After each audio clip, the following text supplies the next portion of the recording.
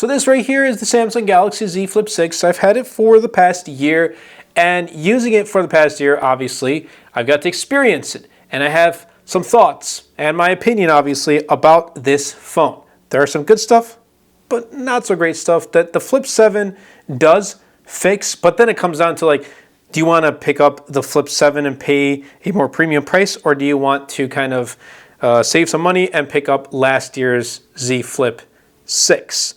So let's get right into the design. So let's start things off here with this cover display. It is awesome. Like, it's usable. Obviously, you have right here the time and the camera. There's different widgets that you can add. I only have one, which is this launcher right here.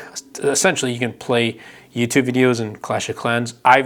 I literally use Clash of Clans like maybe once or twice on this, and it's just super difficult to use on this compact display. But, you know, it's great that you can use full-fledged apps on this nonetheless.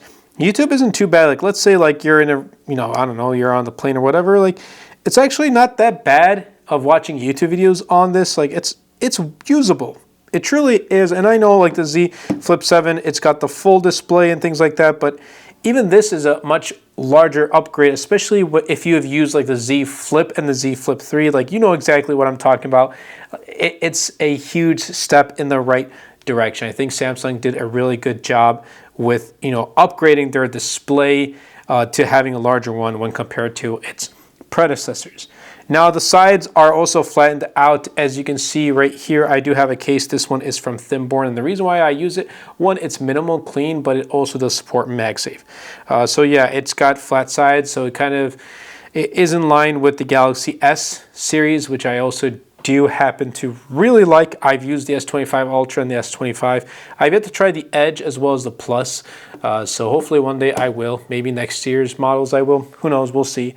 But I really do like how this is just so much more cleaner, and especially when you fold it, it's like super, super compact. Absolutely love it.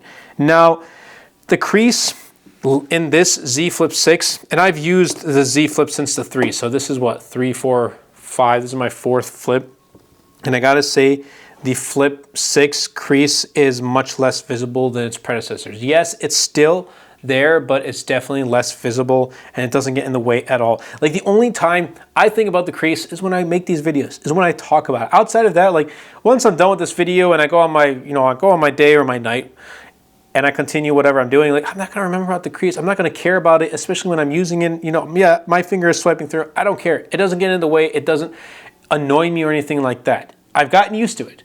And I think a lot of people can get used to it. It all depends on whether if you want to or not. But again, that comes down to the user themselves. But overall, this design has been awesome. Now, the aspect ratio with the Z Flip 6 is kind of weird, but I've gotten used to it too. It's a tall phone, but I also like that, because it flips by folding, like it folds the flip way, it's easy to carry. And that's really what I do appreciate. And I guess in a way, like, it pushes me away to use my phone a little bit less because I am a heavy user. I use my phone for a lot of things. And if need be, like, if I just want to check the time, I have it right here. Like, if I'm not wearing a watch and I want to check the time, or if I just want to watch a YouTube video real quick, I have it right here.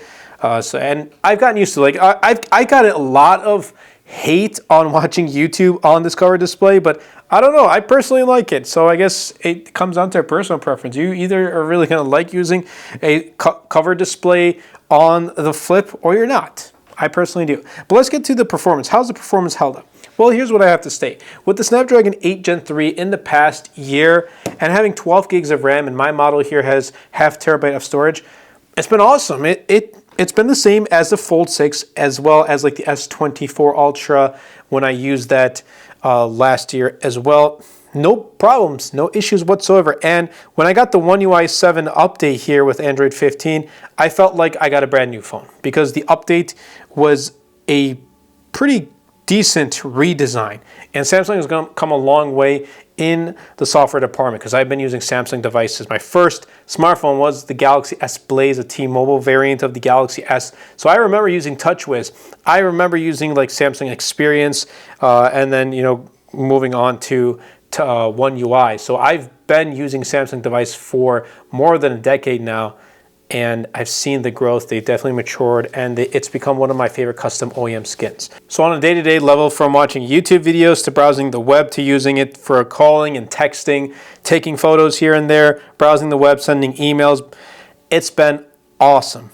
Can't really go wrong, can't really complain with the performance on the Z Flip 6. And again, 7 years of software updates is going to last you a fairly long time. I think Samsung in this department has really nailed it. It ultimately comes down to whether you like One UI or you don't. I personally do, so it kind of works out in my favor. And again, in the past year, I haven't seen any degradation in the performance. Every day, each and every day I've used it, it's performed very well. And like, I don't ask for too much.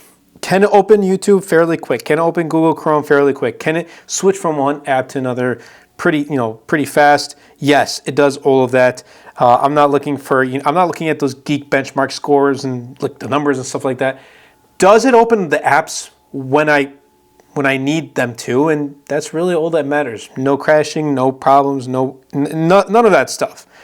I don't have any exquisite apps. I just have like a lot of apps that many people use. I have YouTube, I have Threads, I have Twitter, X, whatever you want to call it. I have WhatsApp, I have Google Chrome. Like, these are the main apps I'm using. Gmail, calling, texting, with messages right here. No problems. Anyway, let's move on to the cameras. In the past year, they've been good. It's a Flip. I kind of wish we had like a Flip Pro or a Flip Ultra. Like having a Flip, like an Ultra Flip in this form factor would be pretty nice, but this is good. And I know the Z Flip 7 doesn't come with a triple camera setup, which is kind of something I would have liked to have seen. It doesn't, but that's fine. They're good, and they have the same 50 megapixel main camera from the Galaxy S24, which is great. It has carried that same megapixel count, and the results are much better when compared to its predecessor. And again, they're good. And I like, even though it's a dual camera setup, the ultra wide is the second lens, so that's a plus. And I'm telling you guys, if you want to start making content, this is going to be that phone. And if you ask, like, why do you talk about making content in the camera department? Look, I'm not out here talking about like the nitty-gritty details, because I personally don't care about that.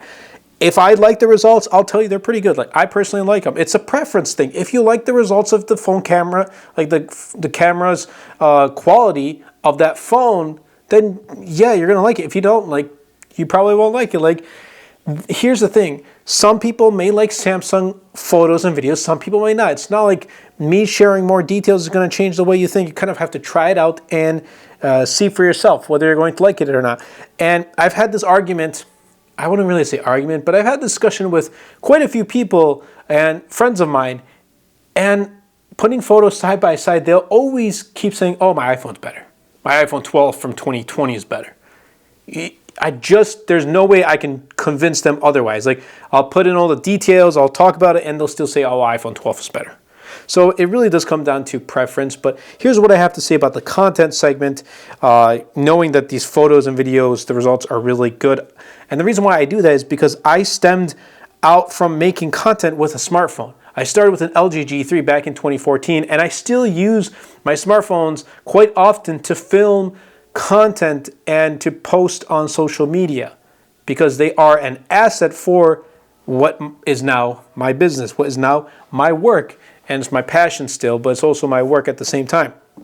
And look, you just gotta take that photo, video, and upload, and the rest really comes. But anyway, moving on to the battery life. The battery life has definitely been better than its predecessor, but putting that aside, in the past year, how has it been? With a 4,000 milliamp hour battery, it's been good. It's been decent. It's like Galaxy S25, like, it's all right. If you are gonna use it the entire day, and you're like me, consistently needing to use your phone because of work or whatever it may be, then yeah, you want to charge it. You want to have a charger with you. I have a wireless charger, so I can throw on the wireless charger at home, in my living room, in my office. When I'm in the car, I have wired chargers everywhere, so like, I'm all set to go. I don't need to worry about it. Just the one downside is the charging speeds, which I hope Samsung fixes in the future. Moving forward into 2026 and beyond, hopefully they fix their charging speeds. Now, I wouldn't even say fix, just make them faster charging speeds. I'm all for having faster charging speeds. I guess there's a compromise too. You may want to have faster charging speeds, but have a less battery capacity. But then again, you're like, wait, look at OnePlus. They have like a 6,000 milliamp hour battery, but they have super fast charging. Like, it's possible to have both. You can have fast charging and a large battery capacity. And I think Samsung can do it. It's a matter of whether, if they will. Not when they will, if they will do it. Only time will tell. Only time will tell. But other than that, like, if you're just going to use this phone, like, literally like this for most of the time, and just keep it in your pocket or your purse, and when someone calls, you answer, and then you close it. Don't use it for a couple hours, and this is going to be a 2-day phone for you. And I think a lot of people are like that.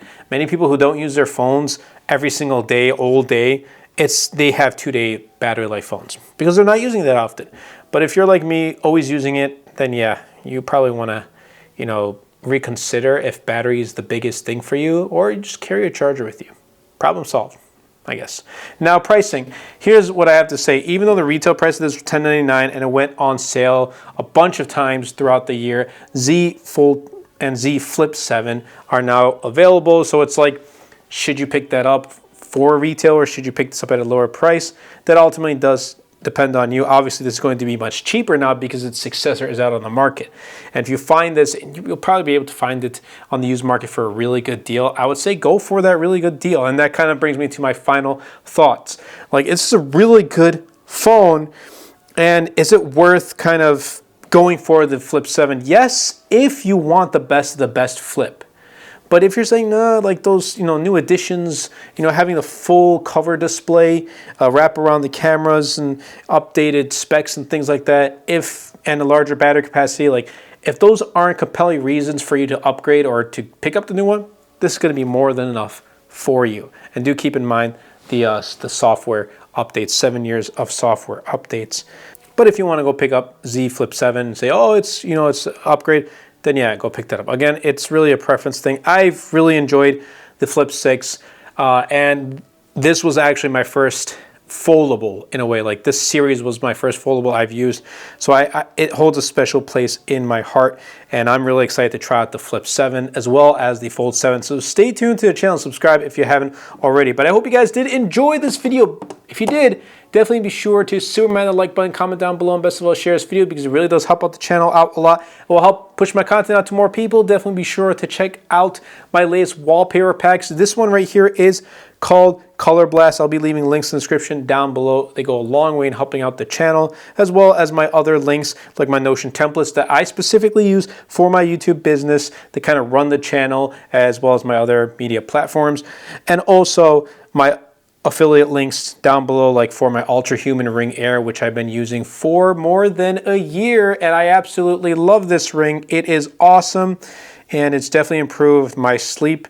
Some days I don't sleep well, but most days it's been definitely better because I've been able to track it, and I know it keeps me on schedule. I'll put it that way. But that's been it for me, and I'll catch you guys maybe someday, hopefully maybe with the Z Flip 6, but definitely with the Z Flip 7. Stay tuned, and I'll catch you all in the next video.